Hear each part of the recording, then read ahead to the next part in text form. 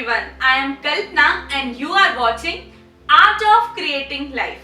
वो चैनल जिसमें हम बात करते हैं यूथ से रिलेटेड डिफरेंट टॉपिक्स जैसे कि motivation, job interview preparation, latest technology और बहुत सारे एजुकेशनल टॉपिक्स पर। तो ऐसे ही एक बहुत ही इंपॉर्टेंट टॉपिक को लेकर के आज की वीडियो है और ये वीडियो उस टॉपिक पर है जो कि यूथ को उसके करियर तक, उसके गोल तक पहुंचने में सबसे बड़ा हर्डल साबित होता है। मैं बात कर रही हूँ ना ईयर बैक की, ना मैं बात कर रही हूँ लेस देन 60% मार्क्स की। आज मैं आपसे बात कर रही हूँ how to deal with a breakup. आप सोच रहे होंगे कि ये टॉपिक क्यों? मुझे ऐसा लगा कि यही सबसे बड़ा हर्डल है जो किसी भी यूथ को अपने लक्ष्य तक पहुंचने से रोकता है। तो आइए चलिए आज हम इसी टॉपिक पर बात करते हैं। बट अगर आप पहली बार मेरा चैनल व्यू कर रहे हैं तो मेरे चैनल को सब्सक्राइब करना ना भूलें और बेल आइकन जरूर प्रेस करें। So let's get started.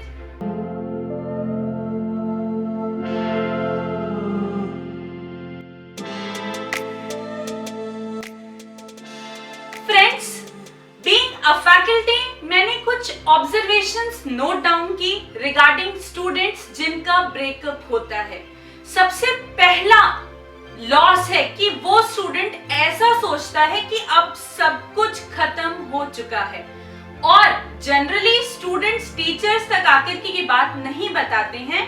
But जैसा हम सभी जानते हैं कि चेहरा एक आईना होता है और सबसे कॉमन प्रॉब्लम जो स्टूडेंट्स में होती है या तो फिर मैं कहूँ यूथ में होती है, उनको ऐसा लगता है कि अगर ब्रेकअप हो गया इसका मतलब सब कुछ खत्म हो चुका है। और जैसे ही आपके अंदर ये फीलिंग आने लग जाती है तो सबसे बड़ा नुकसान जो आपका होता है वो है लैक ऑफ कॉन्फिडेंस और लॉस ऑफ कॉन्फिडेंस। आप अपना खुद में कॉन्फिडेंस लूज करने लग जाते हैं। आप ऐसा सोचते हैं कि आप किसी लायक ही नहीं हैं, तो खुद को अंडर एस्टिमेट करने लग जाते हैं। Second point, you are filled with self hatred. आपको ऐसा लगता है कि आप में ही कोई कमी है या ऐसी कौन सी बात हो गई, ऐसा कौन सा रीजन हो गया जिसकी वजह से कोई आपको छोड़कर जा रहा है। Third important aspect is that you forget everything. आप एक पर्सन के कारण अपना सारा फ्रेंड सर्कल, अपनी फैमिली, सबको इग्नोर करना शुरू कर देते हैं। तो डियर फ्रेंड्स, आपको लाइफ में बहुत कुछ अचीव करना है और जाने अनजाने आप बहुत कुछ लूज कर देते हैं अगर आप इसी टेंशन में घुलते रहते हैं कि आपका ब्रेकअप हुआ है। अब हम ये बात करते हैं कि इस ब्रेकअप से कैसे उभरना है।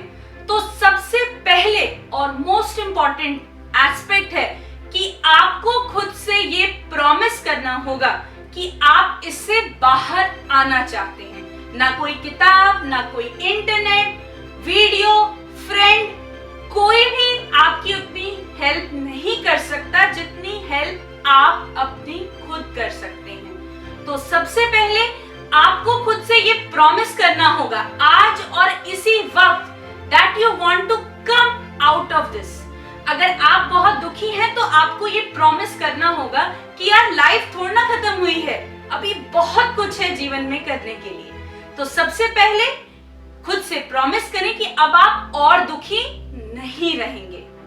सेकंड, एक बहुत ही कॉमन ऑब्जर्वेशन है, मैंने देखा है कि अक्सर लोग ब्रेकअप के बाद सोशल मीडिया पे कोई भी एक प्लेटफॉर्म नहीं छोड़ते हैं जहां पर वो ऐसा लिखेंगे फीलिंग चीटेड, फीलिंग सैड, अपनी डीपी रिमूव कर देंगे व्हाट्सएप से, फेसबुक से और न जाने क्या क्या करेंगे लोगों की अटेंशन ग्रैब करने के लिए। एक तो आप पहले से दुखी, ऊपर से आप सबको बता रहे हैं इंटेंशनली कि आप बहुत दुखी हैं और इससे आपका दुख कम नहीं होता है, कई गुना मल्टीप्लाई होना शुरू हो जाता है। आप हर किसी को एक्सप्लेनेशन देते हैं, आप हर किसी के साथ वही सारी बातें शेयर करते हैं, इससे आपका दुख मल्टीप्लाई होना शुरू हो जाता है। So stop taking sympathy from anyone and everyone. हर किसी के आगे अपना दुख रोने की जरूरत नहीं है। तो अब चलिए अब कुछ कॉमन रीजंस के बारे में बात करते हैं जिसकी वजह से ब्रेकअप होता है। एक बहुत कॉमन रीजन होता है कि जो पार्टनर है वो चीटर है, पार्टनर ने आपके साथ चीटिंग की है। उस केस में मैं आपसे कहूंगी कि भैया बहुत बेटर है कि आपको आज ही पता चल गया कि आपका पार्टनर लॉयल नहीं था। अगर बाद में जाके लेटर एज में आपको अगर पता चलता तो वो दुख सहन करना आपके लिए और ज्यादा मुश्किल होता। सेकेंड मोस्ट कॉमन रीजन होता है एक क्रिटिसाइजिंग पार्टनर के कारण। एक ऐसा पार्टनर जो आपको हमेशा हर चीज के लिए क्रिटिसाइज करता रहता है या आपको अपने एक्स से कंपेयर करता रहता है या किसी और से कंपेयर करता रहता है। अगर आपको कोई हर समय क्रिटिसाइज करता रहेगा तो डेफिनेटली आपको लगेगा कि आप में बहुत कमी है, आप अच्छे नहीं हैं, आपको बहुत कुछ इंप्रूव करने की जरूरत है। तो डियर फ्रेंड्स, ऐसे क्रिटिसाइज करने वालों से दूर से ही राम राम। क्रिटिसाइज से रिलेटेड मुझे एक स्टोरी याद आ रही है तो आपको मैं सुनाना चाहूंगी। एक बार एक चित्रकार ने एक चित्रकारी बनाई और उसे नगर के बीचों बीच लगवा दिया और उसने उसके नीचे एक बोर्ड लगाया और कहा कि प्लीज मेरी हेल्प करें इस चित्र के अंदर कमियां निकालने में। जो भी कोई वहां से गया हर कोई आके सोचने लगा कि हाँ कमी तो है। दूसरा पर्सन आता था वो भी कुछ लिख के चला जाता था कि हाँ यहाँ कमी है, यहाँ कमी है, यहाँ कमी है, यहाँ कमी है। उसके बाद जब वो चित्रकार शाम को पहुंचा तो उस पूरी चित्रकारी में उसे कमियां ही कमियां गिनवाई गई थी। अब उसने अगले दिन फिर से उसके ऊपर एक बोर्ड लगाया और लिखा कि इसमें जो जो कमियां हैं उसे ठीक करने में मेरी सहायता करें। तो जानते हैं कितने लोग आए? 0। इस कहानी का ये निष्कर्ष है कि किसी व्यक्ति में कमियां निकालना बहुत ही आसान है। किसी के काम में कमियां निकालना बहुत आसान है। एंड माय डियर फ्रेंड्स, मेरा ऐसा मानना है जो कुछ नहीं कर सकता वो क्रिटिसाइज जरूर कर सकता है। जी हाँ, अक्सर हम सबके साथ भी यही होता है। हम जब भी कोई काम करते हैं तो उसे क्रिटिसाइज करने वाले बहुत सारे लोग मिल जाते हैं, उसमें कमियां निकालने वाले बहुत सारे लोग मिल जाते हैं। मैं सिर्फ गर्लफ्रेंड बॉयफ्रेंड के रिलेशनशिप की ना बात करूं, मैं किसी भी रिलेशनशिप की बात करूं, मैं ऑफिस की बात करूं, किसी भी रिलेशनशिप की बात करूं तो हर जगह आपको क्रिटिसाइजर्स मिल जाएंगे।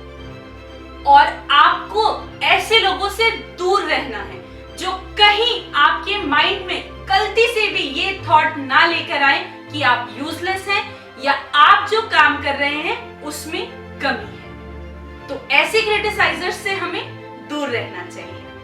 थर्ड इंपॉर्टेंट पॉइंट है कि आपको ये सोचना है कि क्या आपकी लाइफ में सचमुच सब कुछ खत्म हो चुका है? क्या एक रिलेशनशिप आपकी लाइफ का एक अल्टीमेट गोल था? मेरा मानना है कि ये आपकी लाइफ का अल्टीमेट गोल हो ही नहीं सकता। अक्सर कहा जाता है जो हुआ है वो अच्छे के लिए हुआ है और जो होगा वो भी अच्छे के लिए ही होगा।